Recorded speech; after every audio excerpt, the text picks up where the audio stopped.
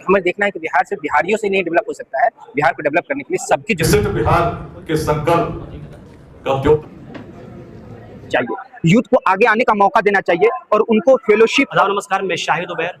हैदराबाद में Bihar development summit 2026 का आयोजन किया गया और इसका मुख्य उद्देश्य यही है कि बिहार को कैसे विकसित किया जाए।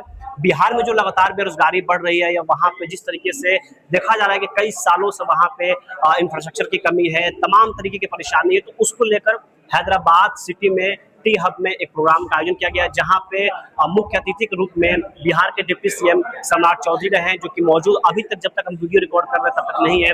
इसके साथ साथ बता दें विकास वैभव सर यहाँ पे मौजूद रहे चीफ गेस्ट के रूप में। इसी साथ हमारे साथ जो पूरे प्रोग्राम के ऑर्गेनाइजर हैं राजीव सर, वो मौजूद है। तो आइए हम इनसे बात करके जानते हैं कि इसका पूरा मुख्य एजेंडा क्या रहा, क्या रणनीतियां रही और आखिर क्या वजह है कि हैदराबाद में इस प्रोग्राम का आयोजन किया गया और क्या ये हर साल होता है या यहाँ पे पहली बार हो रहा है। सर बेहद शुक्रिया आपका। यहाँ पे सर देखा जा रहा है कि बिहार डेवलपमेंट समिट 2026 का आयोजन किया गया, इसका क्या सर मुख्य एजेंडा है और किस तरीके से आप लोग इस प्रोग्राम को आगे बढ़ा रहे हैं। बिहार डेवलपमेंट समिट ये लेट्स इंस्पायर बिहार के अंडर में ऑर्गेनाइज किया गया 18 जनवरी 2026 को। इसका एजेंडा ये है कि हम बिहार को लोगों को आपस में कैसे जोड़े, क्योंकि हमारा क्या है, बिहार में बहुत सारे टैलेंट हैं लेकिन क्या है, सब एक दूसरे से अलग है।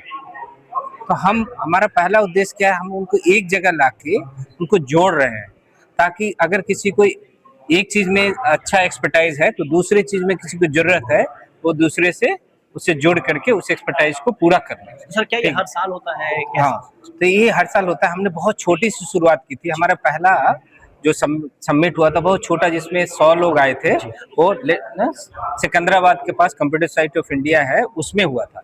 फिर हमने दूसरा जो समिट किया था वो लायंस क्लब में हुआ, तो वहाँ पे अराउंड 200 लोग आए थे। और आज हमें तीसरा सबमिट कर रहे हैं जहाँ पे रजिस्ट्रेशन हुआ है, 900 लोगों का रजिस्ट्रेशन हुआ है और आने वाले लोग जो हमारा अभी तक डेटा है अराउंड 700 लोग हमारे अपीयरेंस इधर उधर घूम रहे हैं और 700 लोग आ चुके हैं। आपने कहा कि ये तीसरा टर्म है, तीसरी बार ये प्रोग्राम किया जा रहा है, तो जो 3 बार प्रोग्राम किए जा चुके हैं, तो क्या इन 3 बार प्रोग्राम के बाद बिहार की कुछ तस्वीर बदली, कुछ हालात बदले? हाँ, बहुत उससे हमारे एकदम बेनिफिट हुआ है। पहला तो ये हुआ है कि एक बहुत बड़ी जागरूकता आई है लोगों में कि हम सिर्फ नौकरी करके किसी चीज को आगे नहीं बढ़ा सकते। तो अभी तक हम जानते हैं कि इसके कारण क्या हुआ, बहुत सारे लोगों ने अपने गांव में जाकर कुछ अलग अलग करना शुरू कर दिया। जैसे मैंने अपने गांव में जाकर के, इस स्कूल है हमारे गांव में, वहां पर एक कंप्यूटर लैब किया था। विकास वैभव सर गए थे वहां पर उस लैब को उद्घाटन करने के लिए। तो 2023 में हमने वहां पे एक लैब बनाया था जिसमें हमने 5 कंप्यूटर दिया था और भी एक्सेसरीज दिए थे। तो उस स्कूल में हमने फिर 5वीं क्लास तक पढ़ाई की थी। तो हमने ऐसा सोचा कि अपने गांव को जाके कुछ देना चाहिए। वो लेट्स इंस्पायर बिहार की ही देन है। इस प्रोग्राम में क्या सिर्फ बिहार के लोग विजिट कर रहे हैं? नहीं, ऑल ओवर इंडिया? ये पूरा ऑल ओवर इंडिया के हैं। और आपने देखा कि हमारे चीफ गेस्ट भी हैं, तो इटला राजेंद्र कुमार यहाँ के लोकल हैं। यहाँ के बहुत सारे लोकल इंडस्ट्री के लोग भी आए हुए हैं जिनको हमने इन्वाइट किया है। तो ये हमें देखना है कि बिहार सिर्फ बिहारियों से नहीं डेवलप हो सकता है, बिहार को डेवलप करने के लिए सबकी जरूरत है। सर अभी आपने कहा कि बिहार को डेवलप करने के लिए सबकी जरूरत है। हम आमतौर पर देखते हैं, तेलंगाना की बात करें, अटल राजेंद्र आए हुए थे। यहाँ के मुख्यमंत्री आमतौर पर विदेश यात्रा करते हैं, वहाँ के इन्वेस्टर को लाते हैं अपने राज्य में, लेकिन बिहार में तो दूसरे देश के दूर की बात है, दूसरे राज्य के लोग इन्वेस्ट नहीं करते। तो इसकी क्या प्रमुख वजह है और क्या इसको वो जागरूकता लाना है, वही जागरूकता लाना है, क्योंकि हमने एक जागरूकता लाया है और देखिए कि वो जाएगा जागरूकता लाने से। क्योंकि बहुत बार क्या होता है ना, आपके पास में बहुत सारे नॉलेज है लेकिन जब तक उसको नहीं बताएंगे तब तक उस नॉलेज को किसी को पहचान नहीं होती। तो हम वो जागरूकता लाने की कोशिश करें। अगली बार ये प्रोग्राम कब होने वाला है? हर साल हमारा लक्ष्य हैदराबाद में होगा? फिर नहीं, हर जगह हैदराबाद में करेंगे ये प्रोग्राम। जैसे हैदराबाद में होगा तो लोकेशन अलग हो सकता है, लेकिन हैदराबाद में ही होगा। बहुत बहुत शुक्रिया सर, धन्यवाद। तो ये थे हमारे साथ जो प्रोग्राम के ऑर्गेनाइजर हैं राजीव सर। इससे चलिए हम जो यहाँ पे विजिटर हैं उनसे बात करते हैं और जानते हैं। जिले में टीम बनी है, हैदराबाद में भी लोग हैं, बेंगलुरु में भी लोग हैं। उद्देश्य क्या है, क्या कर सकते हैं, कैसे हम उस पर योगदान दे सकते हैं? इसमें अभी एनजे सिंह साहब एनटीपीसी में पिछले साल बेंगलुरु में 2022 में मिले थे, पिछले साल भारत मंडपम में मिले थे।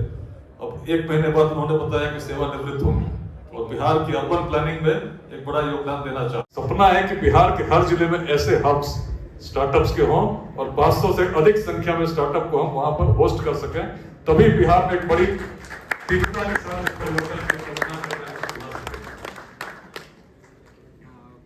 बिहार बढ़ रहा है, ग्रोथ रेट की हम लोगों ने बात की, आज हम बहुत पीछे हैं इसकी बात, लेकिन बिहार को आगे बढ़ाने के लिए जिस तीव्रता की आवश्यकता है तभी संभव होगा जब सभी लोग मिलकर थोड़ा प्रयास करेंगे। इस समिट में जो उद्देश्य है आपको जोड़ना है इस यात्रा के साथ जिस पर बिहार अभी चल रहा है।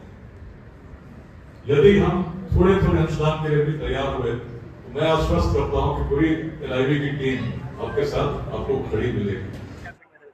मैंने आज प्रोग्राम अटेंड किया, बिहार डेवलपमेंट 2026 बहुत अच्छा लगा और अपने बिहार के बारे में ये जानकर खुशी हुई कि किस तरीके से हमारी बिहार डेवलप कर रही है। मैं अपनी सुझाव अगर रखना चाहूँ तो वो ये रख सकता हूँ कि बिहार डेवलपमेंट के लिए हमें यूथ को एम्पावर करनी चाहिए, यूथ को आगे आने का मौका देना चाहिए और उनको फेलोशिप और इस तरह के जितने भी मदद हो सकते हैं जिसके जरिए बिहार यूथ अपनी पढ़ाई को आगे बढ़ा सके उसमें मदद करनी चाहिए सारे ऑर्गेनाइजेशन को मिलकर। तब हम बिहार को विकसित बना पाएंगे, विकसित भारत से पहले।